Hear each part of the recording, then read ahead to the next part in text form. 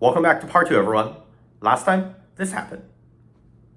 See, I'm a fair guy. Fair number. I gotta get more chips for like the 8th time today. These guys are really good. How does it feel Just to lucky. be such a stud and single at the same time? I'm one of those.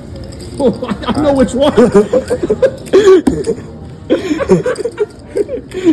You're a fun dude. If you haven't seen part 1, I will highly recommend it, and I'm linked in the description. Now, let's get back to the felt. With that fiasco out of the way, I look down an ace queen off and make it 15, and get caught by the button and big blind. We're 3 ways to flop with a drawing hand. Let's hope we can hit a pair one time. Flop, bink, king queen 7 rainbow. Damn it, I forgot to ask the dealer to not put an overcard to my pair. Checks me, and with one person left to act, I feel like this is a clear check. The button, who's the guy who I've been speech playing with, checks back. Turns the deuce of hearts, which doesn't change anything except bringing in the backdoor flush draw. Checks me again. Now, I can certainly bet to charge draws, since it's much less likely now that I'm up against the king. Yet, I decided to play it tricky, given how button likes to bluff. I check, and button checks back again. Damn it, he didn't fall into my sandbag. River, bink, a queen. What a miracle. Big blind checks me for a 3rd time. No more checking, as they'll just get me thrown into a senior's home. I battle 25, targeting anything the opponents could use to look me up. Button almost beats me to the pot with a fold, and is back on the big blind. After a bit of thinking, the big blind makes an overbet raise to 125. Holy mother of God, what is happening? My trips is so underrupt here, and I'm thinking about raising. However, will the opponent really check a king 3 times and check raise the river for value? Despite holding a very strong hand and probably being ahead most of the time, part of me feels like I just have a bluff catcher. Thinking back to the CLP principle that doesn't matter how often you're good compared to how often you'll get called by worse, I throw in a black chip to just call. Oh, this is so nitty. Yep, turns out I'm the one who got put in the sandbag all along. House. Got him. Put that one on the vlog. You're right, sir, and this one is gonna get put on the vlog. Nice hand. The dealer felt apologetic for this massive cooler as the immediate next deal, I look down once again at ace queen off of the opposite suit. I make it 20 to target calling stations. Only big blinds willing to pay me this time, however, and we go heads up to a flop. Come on, dealer, give me a pair, and this time, don't give me second pair again. Flop came, and if I were an OMC, I tell you the dealer heard my prayers. Queen 9-3 2 clubs. Finally, we have top pair, top kicker. Feels good. Big blind checks me, and a bet of 15 for value. He quickly calls. There's some table talk in the background. Poker's hard. You know how hard it is to make a pair? Yes, I know. And this time, my pair is gonna win. Turn came with the jack of diamonds, not ideal, as the opponent now has a lot of straights and 2 pairs in his range. He checks again. I could certainly bet again here to charge draws. However, my inner OMC is worried about getting check raised and not knowing what to do, so I check back for pot control. River was a decently safe 3 of diamonds, unless I'm up against 3x of course. The opponent bets out for 50. Given this line, I know I have an easy call. However, recreational players often aren't balanced when they bet big on the river, and my OMC sense is telling me I'm beat. I think everyone just has it against me. This is the Donation. Same, my wife's the same person every single day. Yep. That's in the And I lose to the opponents turned absolute nuts. Maybe the OMCs were right to complain about this hand.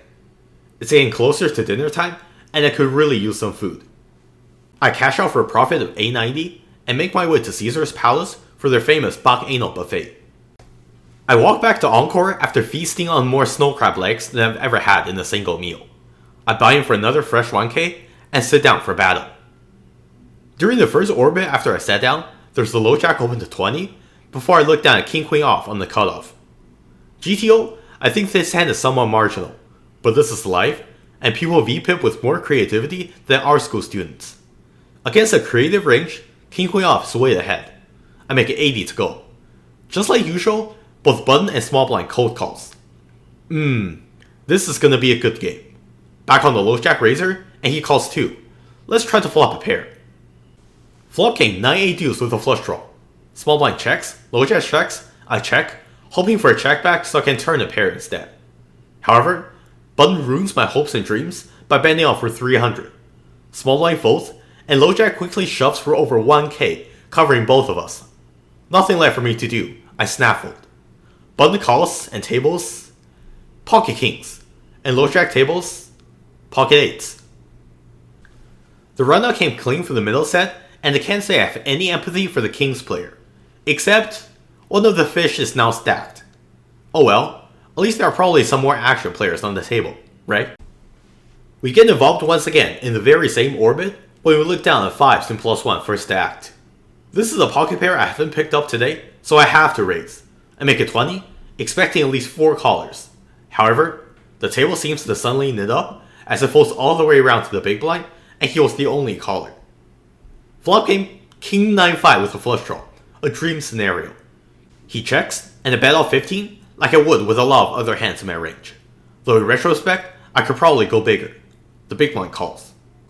Turn was pretty suboptimal as I came with 7 of clubs, completing the flush draw, and maybe a6 suited if the opponent is sticky enough.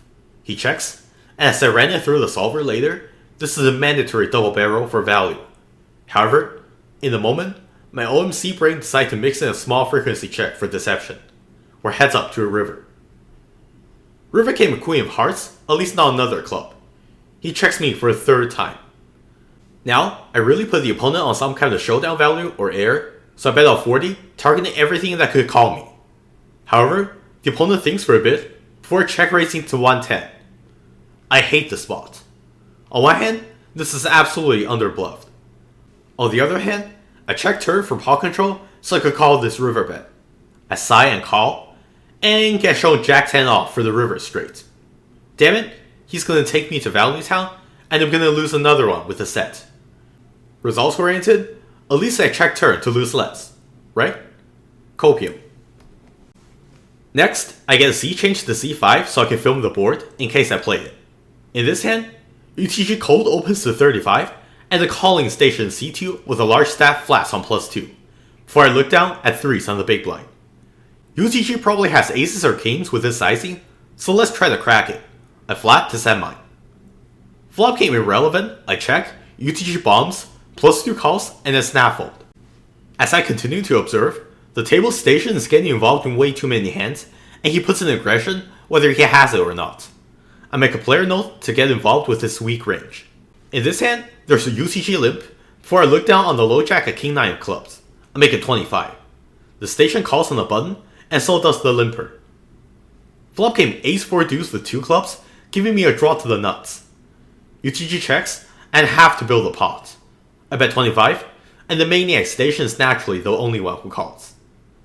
Turn was another ace. In the moment, I felt like if I barrel again, he'll call me down thinking the ace reduces the number of trips combos I have. However, if I check raise, my hand would really look like an ace trying to play it tricky, but doesn't want to see the flush complete. Even as a preflop station, he'll fold out a lot more of his medium strength hands. I check, and to my delight, the opponent bets out for 50. I tell the story that put him in a sandbag by racing to 150. If he has trips, so be it, and I'll lose. However, he quickly folds. We get this one through him. But our battle with this guy is far from over.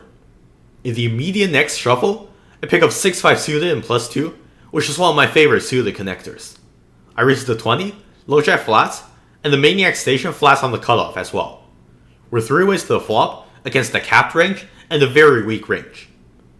Flop came King Jack Rainbow with 1 spade. I c-bet 15, not expecting to taking it down immediately, but with intentions to multi-barrel good runouts for my perceived range. Low jack calls again, and the Maniac raises to 45.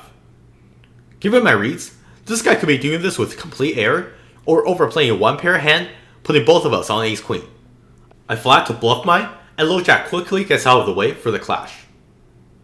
Turn gives me the backdoor flush draw with a 3 of spades. Given a check call to raise on the flop, my hand should look a lot like something with value, mostly trips. How would I play my trips here? I would definitely not donk, but I'll probably check raise the turn to quote-unquote charge flush draws. I check.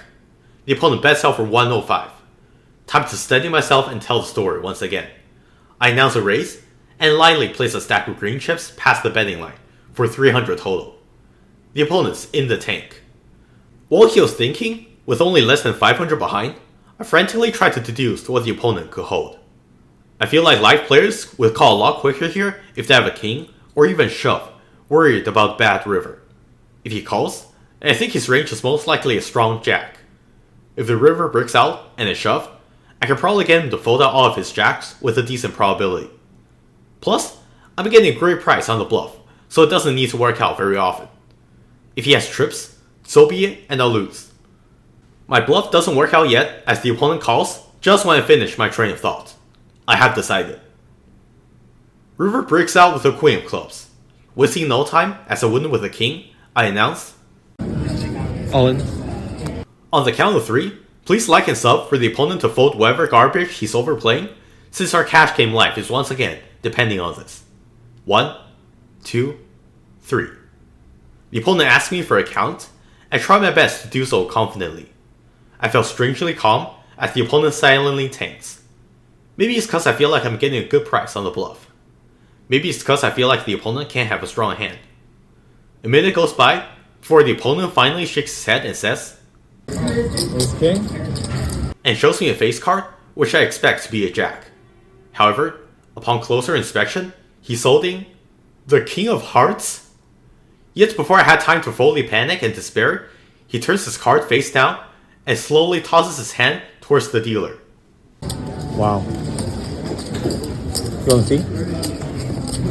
What an incredible laydown by the opponent. It's a friendly table, so I show the opponent what a good fold he made. For me, of course. I stack up my chips, feeling like I've gotten away with murder, and I'm basically free-rolling the rest of the night. Let's hope I don't punt too much from now on. I go card dead for a good while, and this is some of the only times I appreciate not getting involved, so I get a chance to cool down and recenter myself. Finally, after many orbits, I pick up a hand again. Use G limps, and +2 opens to 25, and look down at the hand that screwed me over twice today already, ace queen off.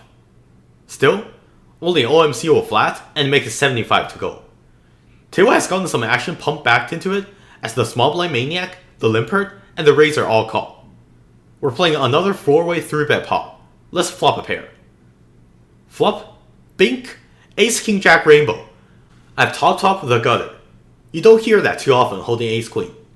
Checks all the way to me, and I can definitely bet small here given how well this connects with my range.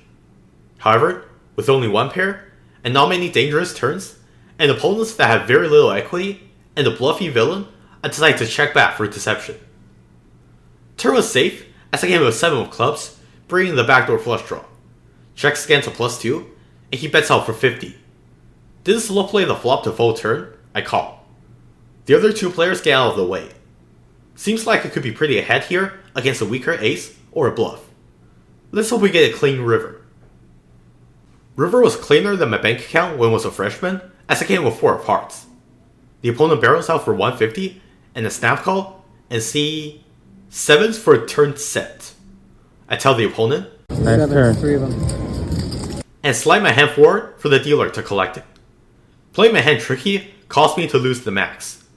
I'm beginning to believe what the OMCs will say. Ace, queen, sucks. The Maniac seems to be on a bit of tilt as he lost several hands in a row. So in this one, when he limps in +2 and it folds all the way around to me, I complete on the big blind with queen jack off to cash punts and straddle checks, with 3 ways to the flop. Flop was 9-5 deuce rainbow, so I'm check folding. However, it checks around. Turn, bink, a jack. I check again for deception, straddle checks, and the Maniac bets out for 15. I check raise to 50, thinking he wouldn't believe me after the previous bluff. Straddle folds, and the Maniac 3 bets to 100. Against anyone else on the table, I'm snap folding my 2 pairs here. However, I have the effective nuts in this configuration and an easy call against this particular opponent, which is what I do. River was the 6 of hearts, bringing 8-7 and 4-3, which are definitely part of his range. I check, he bets out for 105, and I say, I have to see it. the opponent tells me he missed, and I show, Another jack. taking it down. Suddenly, I can see that what used to be a 2k plus stack in front of the Maniac is now no more than a few hundred. I tell myself that after he busts, I'm gonna get going. The immediate next deal, there's another straddle, and button opens huge to 40.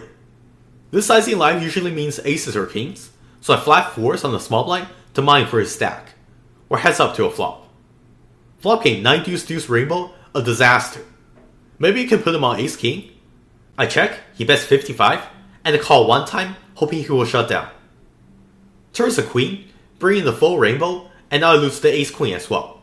I check, he bets 80, and make a disciplined fold, not finding too many bluffs the opponent could have. However, before my cards even come to a stop, the opponent proudly shows me a7 suited. I tell him, Good one. and he says, That was my one for the money. damn it, I became such a bad influence. The Maniac heroes down on ace-ace king-king 5 with pocket 10s and lost to jack high, and is now replaced by a more rational player. I tell myself that I'm gonna leave in 2 more orbits, but before I leave, there's still some collecting to be done. There's a UTG straddle, +1 opens to 40, and +2, who has replaced the Maniac, calls. Folds all the way around to me on the big blind. When I look down, finally, I pocket queens. So many other vloggers have made jokes about this hand and women, and don't feel like that's my vibe here, so I wouldn't. I 3-bet to 200. +1 quickly folds. +2 seems to be in agony before he finally folds as well. I show the table I got the goods and drag in $92 without even needing to fade over cards on the flop. The final orbit is here, and cutoff raises to 30 over the new guy's straddle. I look down, for the 4th time today, at ace queen off. By gambler's fallacy, I'm bound to win this hand. I 3-bet to 90. C2 cold calls. Maybe sitting in the former Maniac seat has transformed him. The initial raiser calls too. We're multi-way to flop in the 3-bet pot. Once again. Let's try to flop a pair. Flop came king jack 9 rainbow, giving me only a gutter. Checks me, and I doubt I can get through 2 ranges on this board. I check back. Turn, bink, a 10, giving me the absolute nuts. Finally, there's no way I lose this one with ace queen again, right? Checks me once more, and I bet on 125 for value. However, both opponents quickly fold, and take down a medium-sized pot. But like the OMCs will say, it's better to win a small one than to lose a big one, right? Okay, the OMC-ness is really getting to me, and it's time to cash out. I played for a total of 8 hours today, was in for 3 bolas of 1k each, and out for a hefty profit of $23.52. Truly, Encore is the best in Boston or in Vegas, but my quest for vengeance isn't yet over. Emboldened by this victory, I decided to take another shot at playing 510 at Bellagio, hoping to get revenge for what happened earlier this summer. Stay tuned for the vlog, and I'll see you next time.